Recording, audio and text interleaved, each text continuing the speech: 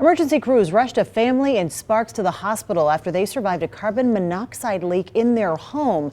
Certainly an important safety reminder for all families, especially this time of year. Rob Habs joins us with a closer look in the newsroom. Rob? Thank you, Kristen. I was able to sit down with both Truckee Meadows Fire Department and the American Red Cross today to learn more about what you can do to protect your home from the colorless and odorless gas created by everyday gas-powered appliances.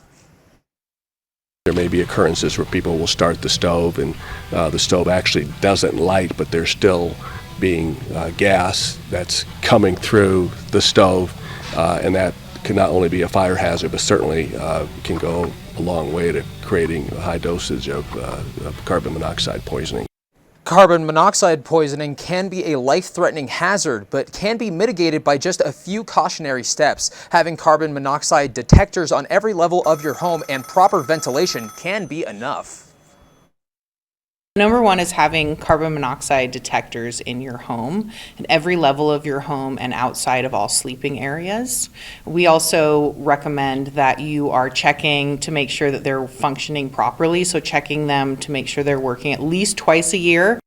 Symptoms of carbon monoxide poisoning are feeling dizzy or lightheaded, nausea, and blurred vision. If you suspect you or your home have been exposed to carbon monoxide poisoning, dial 911. You can also contact your local fire department for a free inspection of your home. Covering the story live in the newsroom, Rob Habs, 2 News Nevada. Yeah, good to know the symptoms and who to call if you think you need help. Rob, we're happy to have you here on board. I know you got to meet our viewers during Share Your Christmas, but today's the official first day on air in the newsroom. So welcome aboard. Thank you for having me.